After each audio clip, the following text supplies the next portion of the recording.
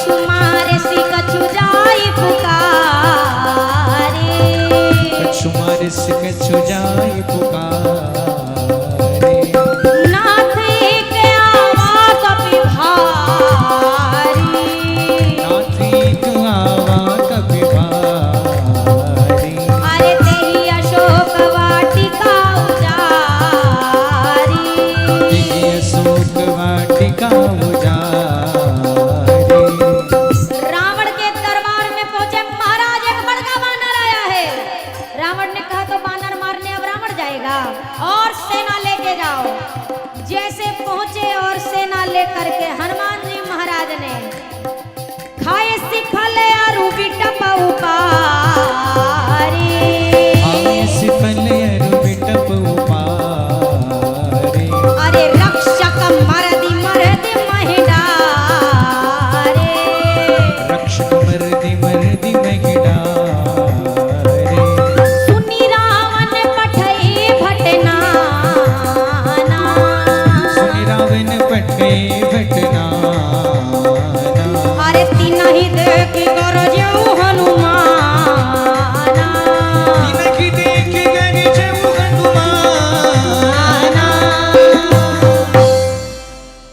जैसे रावण को खबर लगाई महाराज, अशोक वाटिका के मेंटेनेंस पे जितना लगाया था चौपट, एक बानर ने पूरी वाटिका उजाड़ के रख दी। और राक्षसों को लेकर जाओ।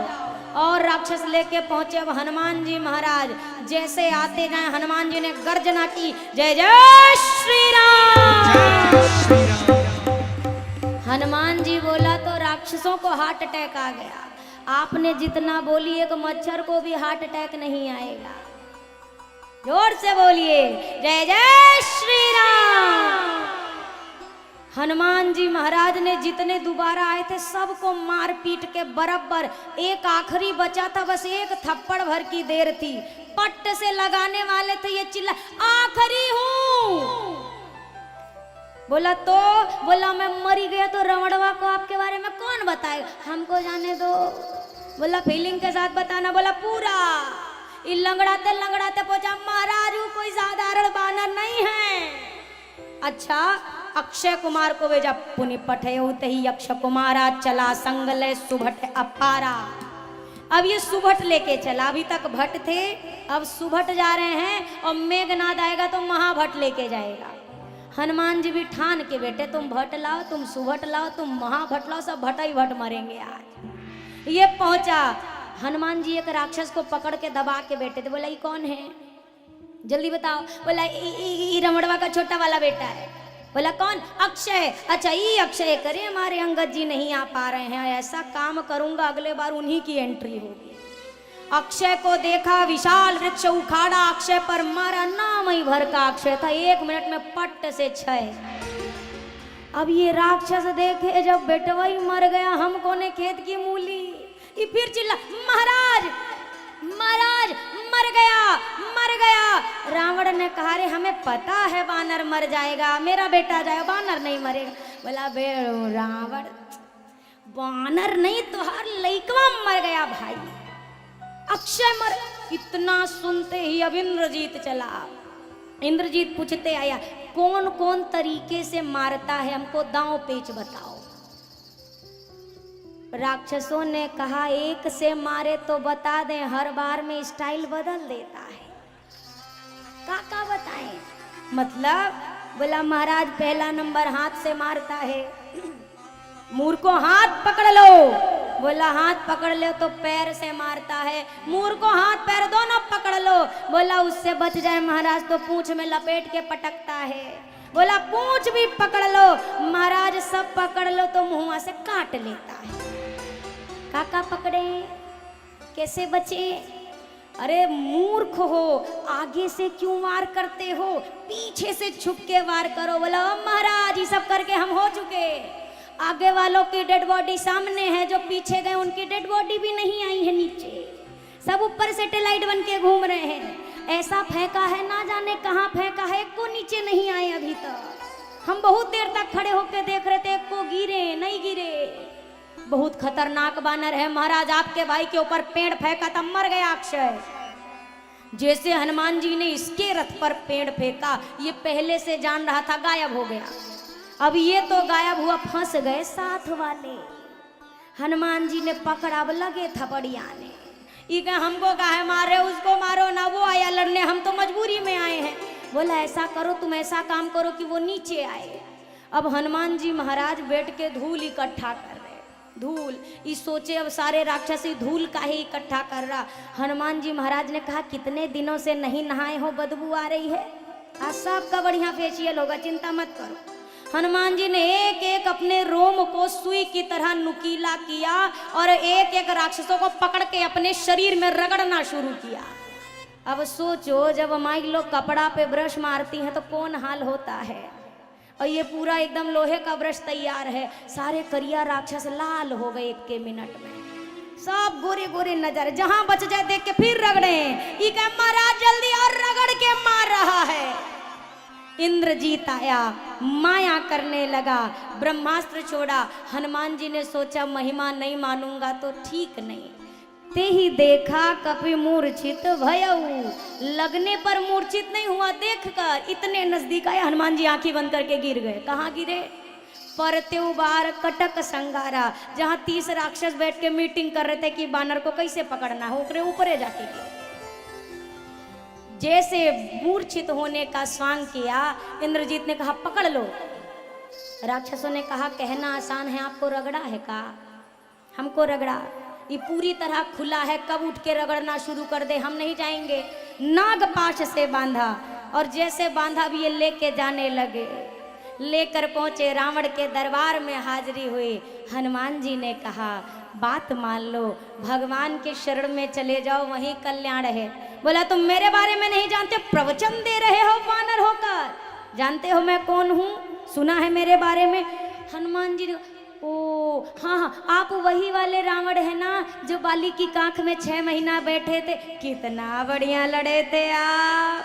रावण ने कहा चुप चुप चुप चुप चुप, सब जा, हाँ हाँ ठीक है ठीक है ठीक है, हम जानते हैं तुम हमको जानते हो, मृत्यु दंड दो इसको। तब तक विभीषण जी ने रोका, आन दंड कछुक करिए गोसाई, क्या दे दंड। हनुमान जी सोचे अगर इसको सूपन खवा याद आ गई फिर। अब तब तक हनुमान जी अपनी पूंछ को लेकर लगे, आंख से लगाए, हृदय से लगाए। रावण ने कहा ओ कपि के ममता पूंछ पर, पूंछ में आग लगा दो। हनुमान जी ने कहा बहुत सुंदर, हम तब से सोच रहे थे, त्रिजटा जी ने कहा है कि लंका जलानी है, हम तब से परेशान कि जलाने के लिए तेल कहाँ से लाएंगे, माचिस कहाँ से लाएंगे। ई बढ़िया है, कपड़ा रावण का, तेल रावण का, माचिस रावण की, और लंका भी। अब खेल शुरू हुआ, हनुमान जी के पूंछ में आग लगाने के लिए अब चंदा कलेक्ट हो रहा है। एक राक्षस तेल ला रहा है, कोई कहता है देख बानर तेरी पूंछ में आग लगाने के लिए 50 मीटर कपड़ा हमरे घरे से, एक कहता घी लाया हूँ 10 लीटर, तुम्हारी पूंछ में आग लगवाऊंगा। हनुमान जी ने कहा बहुत सुंदर, अपने घर का GPS बताते जाओ, सबका लोकेशन सेट हो रहा है। जितने घर से अग्निकांड में चंदा आया है ना, सबके घरे बराबर प्रसाद जाएगा। आप बताओ, आप चंदा दो और यज्ञ से आपको प्रसाद ना दिया जाए तो बुरा लगेगा ना? हनुमान जी ने कहा किसी को बुरा नहीं लगने देंगे, सोच से ज्यादा प्रसाद देंगे। जैसे पूंछ में आग लगी, हनुमान जी ने कहा विभीषण जी ने तो चंदा ही नहीं दिया, छोड़ो इनको प्रसाद नहीं देंगे। एक विभीषण कर गृह नहीं। हनुमान जी महाराज पूरी लंका नगरी को उन्होंने राख किया। तदोपरांत आए रघुनंदन के पास, माँ की चूड़ामणि प्रदान की, चूड़ामणि दी। रघुनाथ जी से कहा प्रभु अब एक मार्ग है, मुझे लगता है रावण बात नहीं सुनेगा।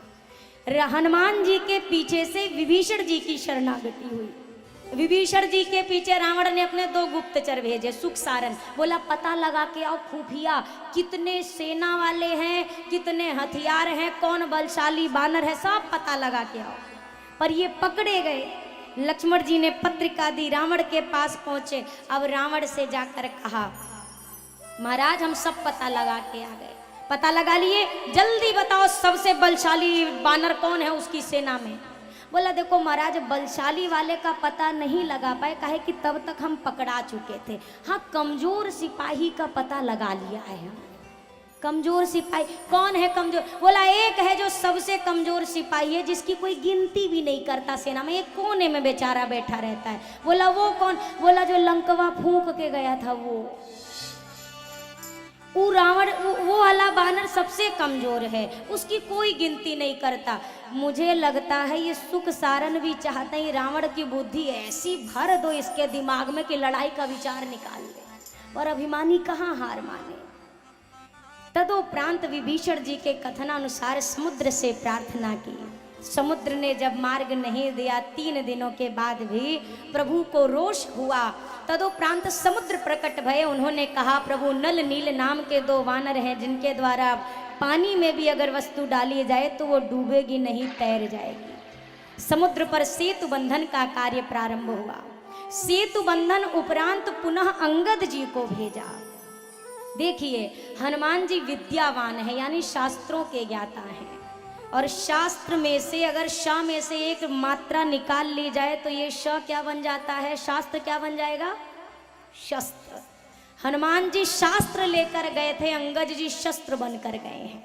जब ज्ञान से बात ना बने तो साम दाम दंड भेद ये कुछ नीतियां हैं। अंगद जी भय दिखा रहे, पर रावण ने नहीं माना। अंगद जी ने पैर जमाया। जब रावण उठा तो अंगद जी ने कहा मेरे पांव पकड़ने से तेरा कल्याण नहीं है, इनके पांव पकड़ ले रावण। वापस अंगद जी आए, उन्होंने भी यही बात रखी, प्रभु अब कोई दूसरा रास्ता नहीं है, अब युद्ध ही एकमात्र मार्ग है। युद्ध प्रारंभ हुआ। अब आप चिंता मत करिएगा, 2 मिनट का खेला है रावण के मरने का, खाली 2 मिनट, 2 चौपाई रावण भगवान के धाम। युद्ध प्रारंभ हुआ। युद्ध प्रारंभ हुआ। प्रथम दिवस के युद्ध में मेरे प्रभु के द्वारा, प्रभु की सेना के द्वारा रावण की आधे से अधिक सेना समाप्त हुई। द्वितीय दिवस के युद्ध में शक्ति का प्रहार हुआ लक्ष्मण जी पर। हनुमान जी संजीवनी बूटी लेने गए। कालनेमि ने मार्ग रोकने का प्रयत्न किया, पर उसका भी संहार करके हनुमान जी लेकर आए संजीवनी बूटी। जैसे लक्ष्मण भैया पुनः चैतन्य अवस्था में आए, युद्ध पुनः प्रारंभ हुआ। तृतीय दिवस के युद्ध में रावण ने कुंभकर्ण को जगाया। कुंभकर्ण ने कई प्रकार से प्रारंभ में समझाया, फिर बोला अब जब तुमने ठान ही लिया रावण, तो मैं भी राम जी के हाथों देह त्याग कर गति प्राप्त करूंगा। तदोपरांत लक्ष्मण भैया ने मेघनाद का वध किया, और अंततो गत्वा सबको मुक्त करा करके रावण अकेला रणभूमि में जिस दिन खड़ा है, प्रभु बार बार मस्तक का छेदन करते, नवीन मस्तक का जन्म होता। राघव जी ने विभीषण जी की ओर देखा। श्री हमारे भगवान शिव ने मैया पार्वती से कहा, उमा काल मर जाकी इच्छा, काल मर जाकी इच्छा, तो प्रभु जन कर प्रीति परीक्षा, सो प्रभु जन कर प्रीत परीक्षा। नाभि कुंड पीयूष बसया के, नाभि कुंड पीयूष बसया के, नाथ जी अत रावण बलता के, नाथ जियत रावण बलता के। जैसे रावण के नाभि कुंड के अमृत का शोषण हुआ है, विभीषण जी ने कहा प्रभु जब तक ये नहीं सूखेगा इसकी मृत्यु नहीं होगी। मेरे रघुनंदन ने एक साथ 31 बाणों का संधान अपने धनुष पर किया। 20 बाण छोड़े, 20 भुजाओं को काटा, 10 बाणों से 10 मस्तक काटे, एक बाण से नाभि कुंड का अमृत सोखा। नाभि कुंड पीयूष बसया के, नाभि कुंड पीयूष बसया के, नाथ जी अति रावण बलता के, नाथ जियत रावण बलता के। सायक एक नाभि सरसोषा, सायक एक नाभि सरसोषा, अपर लगे भुज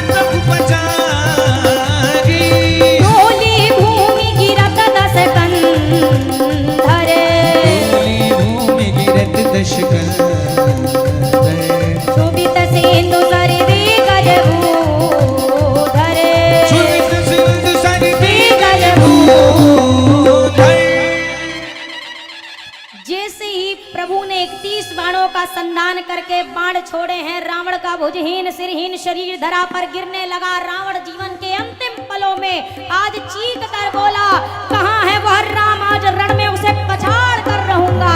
राम कहते ही प्राण निकले और रावण प्रभु के धाम को गया। जैसे रावण की मृत्यु हुई, त्रैलोक्य में गर्जना उठी, बोलिए सियावर रामचंद्र की जय। तत्काल विभीषण जी का राज तिलक कराया गया। इंद्रदेव ने अमृत का वर्षण किया, वानर चैतन्य हुए। राज तिलक के उपरांत पुष्पक विमान से वस्त्राभूषण विभीषण जी ने वानरों हेतु लुटाए हैं। अति आदर के साथ मैया को लाया गया। अग्नि से वास्तविक सीता जी को साथ लिया। प्रतिबिंब की सीता जी अग्नि में विराजित हुई।